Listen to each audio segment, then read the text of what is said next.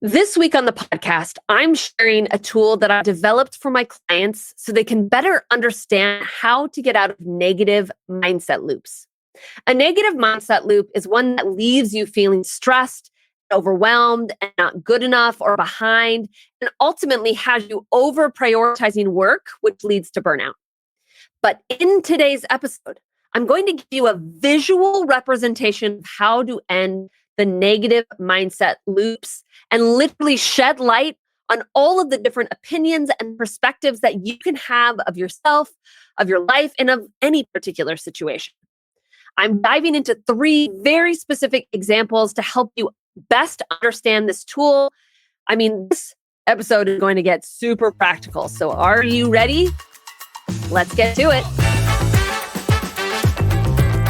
Hello, my friends. I know many of you out there, even though it's just March, just like me, have already started the summer camp scramble.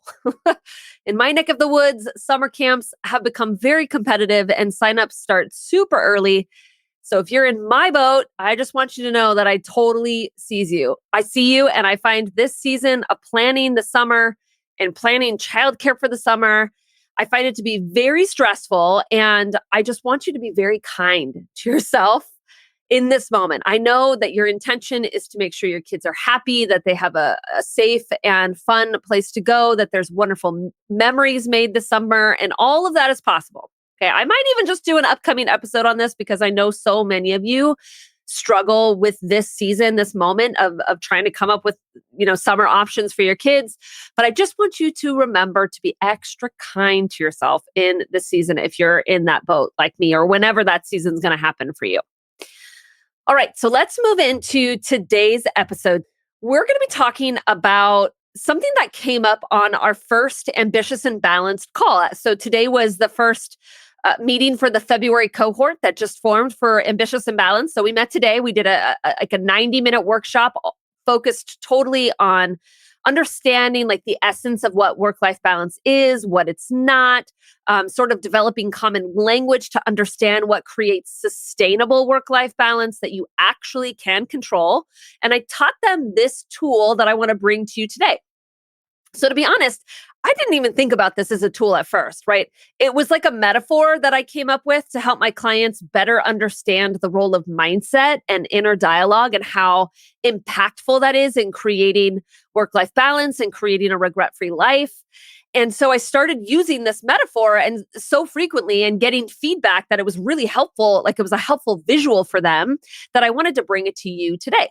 So I call this tool the Flashlight-Floodlight Effect. And it's useful in helping you to get out of mindset loops of guilt and stress, or, what I like to call your not enoughness, really any mindset loop that you feel really stuck in. So let me start by talking about the flashlight effect. This is the way your brain sort of naturally operates. It's your brain in default mode, if you will. And essentially, the flashlight effect has your brain hyper-focused on just one perspective of a situation or a moment. Just like if you were to bring a flashlight into a dark room, the light beam can only hit a very narrow point, and you would only see one thing that it was pointing at, right? That is sort of how your brain works in default mode. If I were to draw this out on a piece of paper, and actually, I have it drawn behind me here, just as I had drawn it for my cohort this morning. So if you're watching me on YouTube, then you actually get to see this drawing. I would encourage you to go find me on YouTube so you can see other drawings like this that I might do for you. But imagine this, like I draw a stick figure. That's you, because I'm not very good at drawing. So that's the best I can do. And then a huge thought bubble that takes up like the whole page, right? And I've got like a big sticky pad whiteboard thing behind me. So it's really big. And then inside that thought bubble, there are dozens of different thoughts that you can think, right? And so behind me, I have lots of thoughts like, I'm enough, I'm not good enough, I'm a great mom, I can figure this out. All sorts of like what we would consider both kind of positive thoughts and negative thoughts, right? That are inside your thought bubble. And there's dozens of them at any given time. The flashlight effect would have you just focusing on one.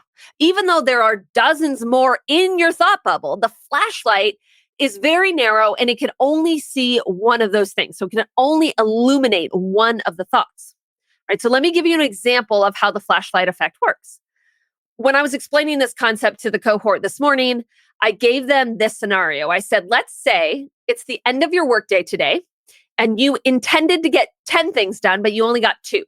Okay, what do you think your brain would think at that moment? Like, what's the perspective, mindset, thought that you would have? And almost universally, the answer that they gave me was, I didn't get enough done today. And then very closely followed, it was, I must be incompetent. I couldn't figure this out, right? Super common. I didn't get enough done today. If you intended to get 10 things done, you only got 10. It makes sense, right? Another flavor of that could easily be, I'm behind. I should have figured out how to get more, or I should have gotten more done, right? Some flavor of that. And when you're thinking that at the end of your workday, like, I didn't get enough done today, I'm behind, I'm incompetent, I should have gotten more done, that sends you into a stress cycle, right? Feeling inadequate, feeling not enough, which sort of leads you to likely stay available after hours or even log back on later to try to just get a couple more things done. Or even if you don't log back on later and actually check your checklist off, it probably is still going to be in your mind and you're thinking about the things that you probably should be doing or should have done, right? So you're ruminating on the things that you didn't get done today, which is sort of robbing you of being present with your family at that point, right? At the end of the workday. It's a very common stress loop for working moms. So let me give you another example, another flashlight example here. I'm going to give 3 total. This one came from a woman in my last cohort of Ambitious and Balanced. She came to one of our coaching calls and she said she was struggling to ask for help. She actually said that this was something she'd always struggled with. She was just somebody that really had a hard time asking for help. And when I asked her why, she said, it feels like I failed, right? Asking for help almost feels like this admission that I couldn't do it all and that I'm not good enough. And of course, because asking for help was sort of associated with failure, not only did she not tend to ask for help, she tended to push herself to even do more and say yes to lots of more things because she isn't feeling enough as it is. And so now she needs to prove herself even more, right? That's like a failure loop that the flashlight effect has, right? It's just hyper focused on this one view of asking for help, one way of looking at it. Or another one, I can give you an example from my own life. This is actually just in the last couple of weeks as I've been kind of wrapping up the final touches of the next cohort of Ambitious and Balanced and preparing all of the teachings and all of the things necessary to make sure that this is the most amazing 3 months for these women. It has actually required me to work more hours than I usually work. And I actually knew that ahead of time. I knew that I was going to put in some more time. And my daughter, however, noticed that I was kind of logged on more than usual. I was working a little bit over the weekend. I was working past kind of the 4:30 mark, which is usually when she gets home. And so I was intentional about taking this time. I knew that, but she didn't. And so I actually had to explain to her. I said, I have this group that I'm launching. Remember, she's 10, so I can kind of explain this to her. I have this group that I'm launching. It takes a little extra effort for me to kind of get it up and going and making sure that it's like the best it can possibly be. But she, to her, I'm just not available. And so she keeps asking me, like, when are you going to be done, Mom? When are you going to be done, Mom? If I had remained like in a flashlight view, it would have made me feel really guilty. Like I was taking away time from my daughter that I should otherwise be spending with her, right? The flashlight view is like, I'm not a good enough mom because I should be spending the time with her and not working right now. But of course, because I didn't have a flashlight view, because this was very intentional. And so I knew exactly what I needed to be doing and I felt good about it. I didn't actually get into that loop, but I'm going to explain exactly how I was able to do that in a moment. Instead, I felt really solid in saying, hey girl, I'm so sorry. This is a busy season and I have to take the time to work right now, but I promise come Monday, the 24th, I'm going to have so much more time to be with you. I could have, though, been trapped in this loop of guilt. We'll call it the guilt loop, right? Thinking that I shouldn't be working at this time. I should be focusing on my daughter. I'm not a good enough mom. Right? These are the types of loops, like the stress, the guilt, the failure, the inadequacy loop that's caused by the flashlight effect, by like the singular focus, default way of thinking about a particular moment or situation, right? But the truth is, your brain does not need to remain a flashlight. If you go back to my drawing, the one that I have here behind me, what you see there is this huge thought bubble, right? With dozens of perspectives in there in your thought bubble. And while a flashlight can only focus on one perspective, and you can, if you're looking at this drawing behind me, it's in red. It's right here, actually. A floodlight can actually see them all, right? It's a big beam of light that illuminates all of the various thoughts and perspectives or opinions that you can have of you or this moment, right? When you shift from a flashlight to a floodlight, you literally open up your ability to choose a mindset or perspective. And that's what makes this so powerful. When your brain is operating more like a floodlight, it's able to see that your first thought about a situation or a moment is not the only one. It's not just the only one, it's also a choice, right? In the ambitious and balanced working moms community, like this greater community that we have here, work life balance is something I want you to control. Meaning, I don't want you to feel dependent on anyone or anything or any reaction or any situation in life for you to be able to experience balance. I want you to be able to turn that feeling on like it's a light switch, right? And recognizing that you have the option of putting down the flashlight in your mind and picking up a floodlight so that now when you enter the dark room, you can actually see every corner and crevice and object in the room. And when you can see every corner and crack and crevice and object in the room, you can better decide which path you're going to take to get to the other side, right? So let's go back to the examples and let me demonstrate what a floodlight perspective would be, what the floodlight effect is, right? The first example was the stress loop, right? In the end of your workday, you only got 2 things out of the 10 things done that you would hoped you would have accomplished. The flashlight effect focuses on the perspective that you didn't get enough done today and you should have gotten more done and you're incapable of getting it all done. It has you focused on being behind, right? While the floodlight can see those perspectives and it can also see the perspective that says, you know what? I focused on the things that were most important. Sometimes you just can't plan for the unexpected. I'll figure out how to catch up. It's okay. Right? The floodlight perspective leads you feeling more calm, more content, even more satisfied with what you were able to accomplish today, right? And this contentment loop, if you will, allows you to actually shut down, stay shut down for the night, and be present with your family in the evening. Really, it just allows you to be more balanced. The second example that I gave you was of the working mom in my last cohort who was struggling with failure, right? And asking for help and how it made her feel like a failure. That was her flashlight effect. That was the flashlight perspective that made her feel like a failure. The floodlight effect offers the perspective that asking for help is actually more efficient. More hands and more minds working on a problem means a resolution faster. Asking for help means that you don't got to reinvent the wheel. You don't have to waste time learning something that somebody can easily just teach you how to do. Or it can even offer the perspective that just as you are very willing and want to help your friends and colleagues, they actually delight in helping you. The flashlight effect in this example creates a failure loop, while the floodlight effect creates a loop of teamwork or even a feeling of being cared for or loved by others. And when you feel cared for and loved, not only are you able to ask for help with more ease, more things get done, the mental load gets shared, and you sort of open up this mental space to have more fun, be more spontaneous in your life, and ultimately more balanced, right? In the last example I gave you, it was my own, right? Where I could have easily been in this guilt loop. The loop word is hard for me to say today.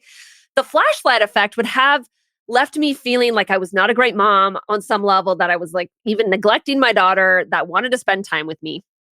The floodlight offers the perspective that I'm actually a role model to my daughter as I demonstrate to her with crystal clarity what's going on in my work life, why it's important to me, and why it's important to our family. It's a perspective of empowerment, of responsibility, because I know that serving my clients and my business is one of the best things I could do to help show up as the best mom that I can be.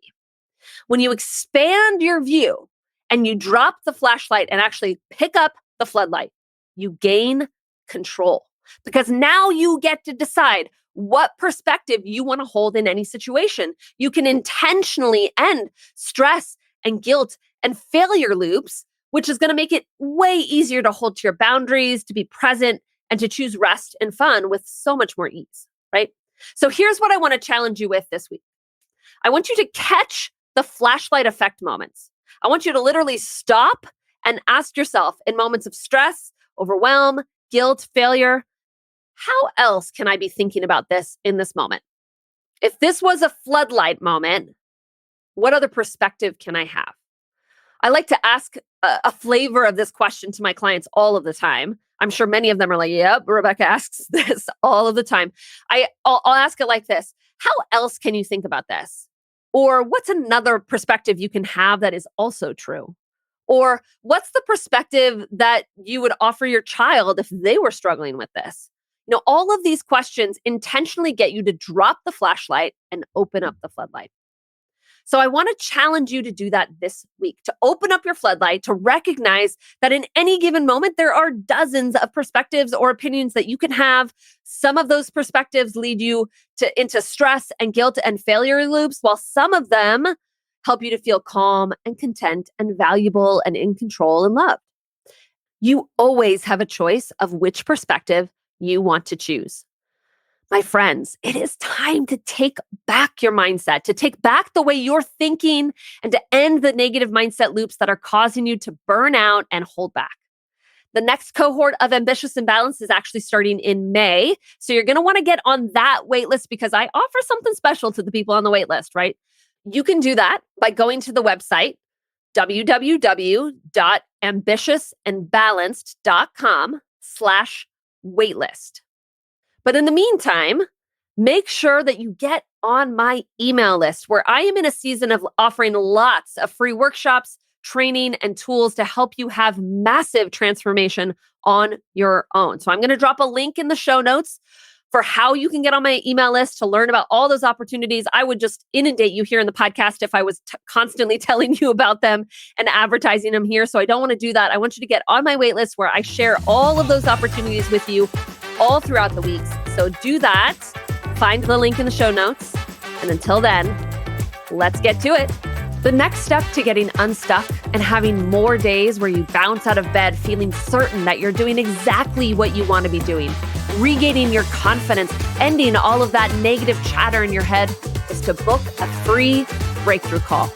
This is a strategy call where I will guide you through setting a vision for the life that you want to lead as a working mom, and then I'll lay out a plan for exactly how we will achieve that together through one-on-one coaching.